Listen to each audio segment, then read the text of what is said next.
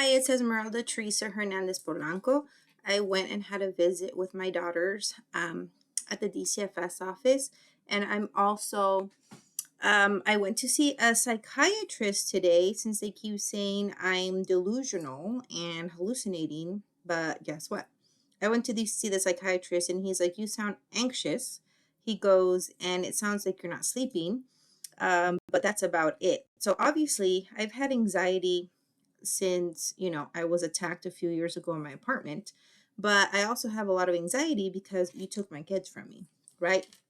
DCFS took my children from me and gave them to the parent who has failed to show up to his visit several times. And my little daughter told me, Daddy's in Vegas. Okay? They took practically all of my custodial rights away to give them to the irresponsible parent who's not even in California right now. He went to Las Vegas and left my kids with his mother, still proving that he's not a responsible parent. My little girl needs to go to the doctor to have a follow-up. So I don't know who the social worker Tofa Womo spoke to about me supposedly having delusional disorder. Oh, that's right, paternal aunt who lied, who hasn't seen me since 2016. So I just got confirmation from a psychiatrist who did not prescribe me psychotropic medication. I gave him authorization to speak to my neurologist, who also says my problem's not psychiatric. And I gave him authorization to speak to my previous therapist, who did not diagnose me with a psychotic disorder. And I also gave him authorization to speak to my arthritis specialist.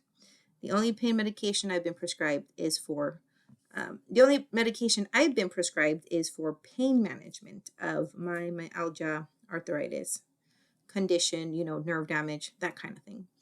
So I don't know why DCFS is still holding on to my children. This is why I'm angry, because they took them from the only responsible primary caregiver who has ever given them nurturance and love, who has ever taken care of their educational and medical needs. And now they placed them in the care of the irresponsible father who hasn't even showed up to half of his visits. When he didn't pick him up for spring break, he didn't pick him up for 3 weeks in the summer. He didn't pick him up for Thanksgiving. And mind you, we were living in Florida still in the summer. He would cancel some weekends because he had to travel for work. And he's in Las Vegas. I asked, "Oh, where's your dad?" And, actually, I didn't even ask my daughter where your dad was because, I just wanted to make sure they were actually placed with him and not a stranger. And she told me yesterday during our visit, "Daddy's not here. He's in Las Vegas and left us with Grandma." That's what this is about, okay?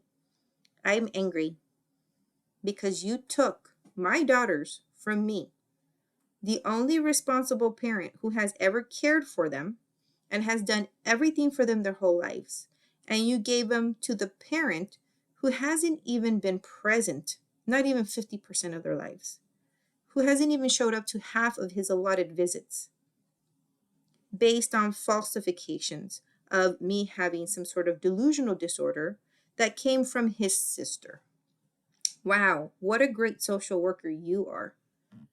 I provided 85 pages of evidence and nobody bothered to read it or to look at it. And they placed my kids in paternal grandmother's care. She doesn't even speak English. How is she supposed to navigate their education if she doesn't even speak English?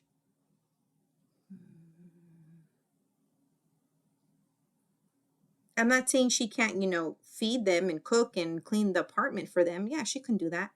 But how can she provide medical care for them if she doesn't even know how to navigate the system? There's the language barrier there. So now they don't want me to finish homeschooling my kids. My kids are going to struggle going into a mainstream school when they've been homeschooled for 3 years so late in the year. So I keep advocating because Edelman's Children's Courthouse still gave me educational rights. So as if I still have educational rights, I still have the right to homeschool them. But the social worker keeps saying, no, they're going to go to public school. It's already March. It's going to be April. There's only like 3 months left of school. What's in the best interest of my children would, one, be to be placed back in my care, but two, to finish the homeschool year. And if they feel like it's so detrimental for them to go to public school, then they can start fresh next year. You know how much they're going to struggle? And they haven't even been in school for 3 weeks. So Dcfs is allowing my ex-husband to be neglectful. He's had them for 3 weeks, and he has failed to communicate with me, their teacher, about their educational needs, and he has failed to enroll them in school for 3 weeks. My kids haven't been in school in 3 weeks. But yet you guys think he's the responsible parent.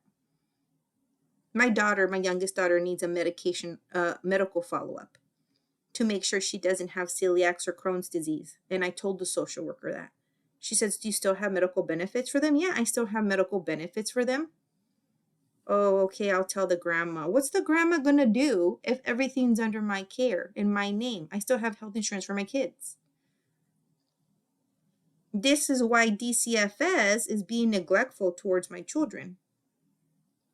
It's because of Dcfs, my children have not been in school for 3 weeks. And it's because of Dcfs, my daughter missed her psych evaluation. And it's because of Dcfs that my daughter has not had a follow-up visit with her pediatrician for her stomach problems.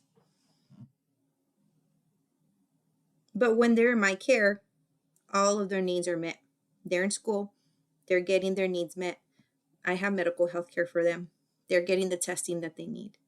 This is ridiculous. And I'm really happy I went to see a psychiatrist today because he told me, you just have anxiety. You just sound like you have anxiety. And I go, yeah. If someone took your kids from you, you'd be really stressed out and anxious too. If your ex-husband kept taking you to court every few months, you would be anxious too. I think this is ridiculous that they've even held my children from me. So starting next week, I still get to see them 3 days a week for 3 hours with my brother being a monitor, thank God, and I can start seeing them in the community and not in this office space. But I think this is evil.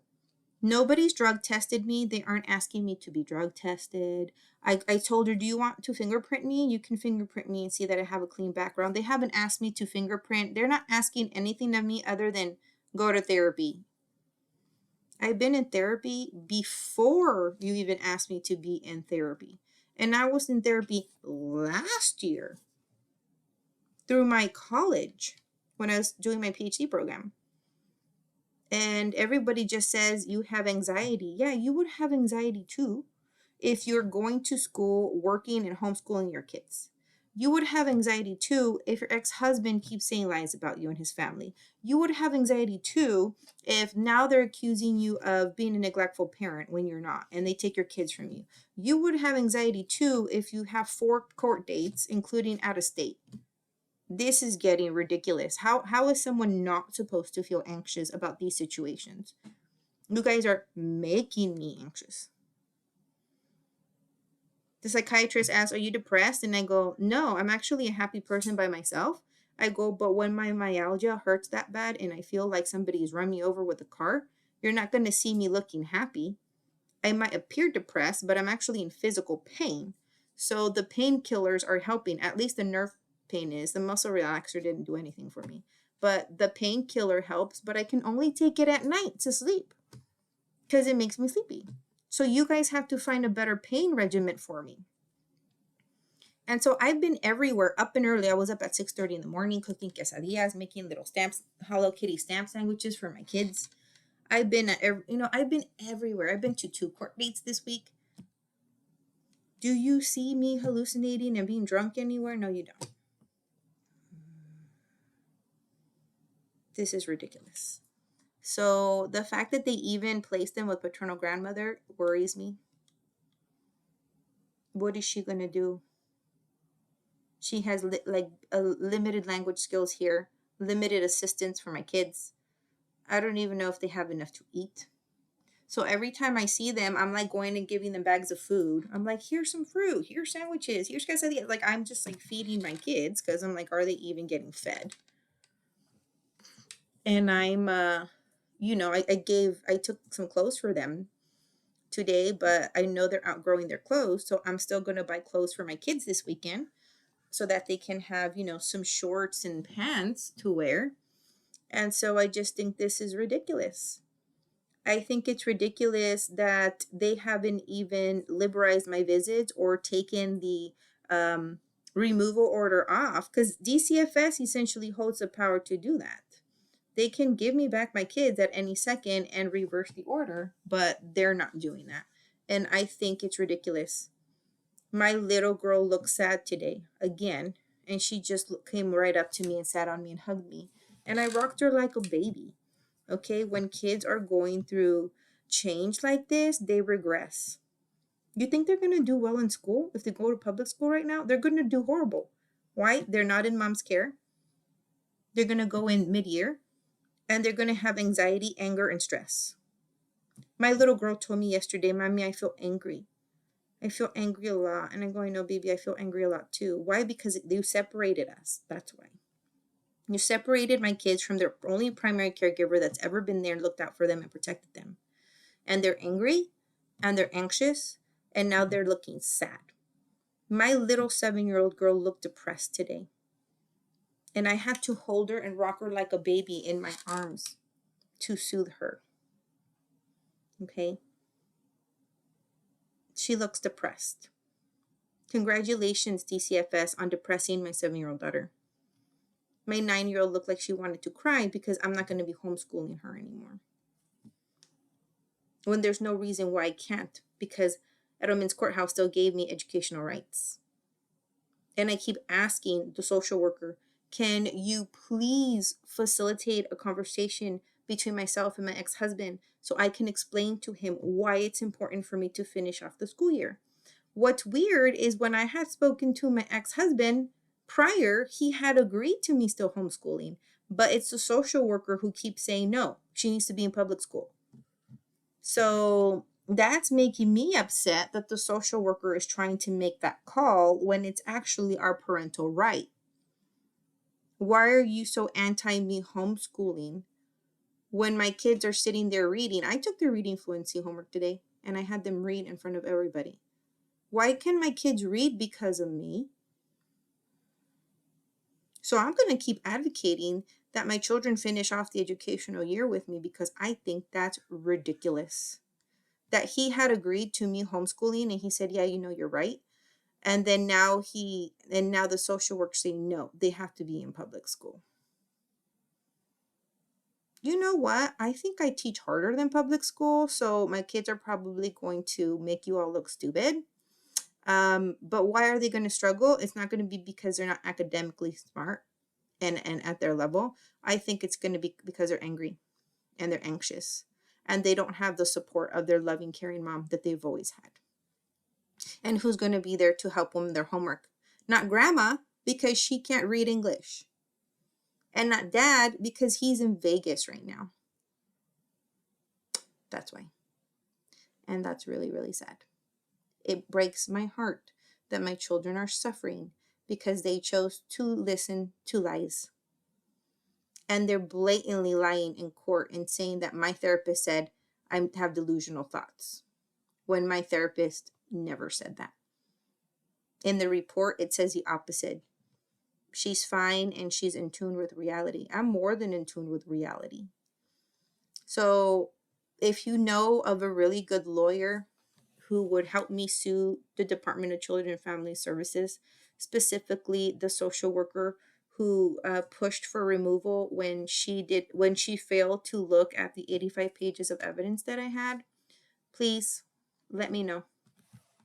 Thank you.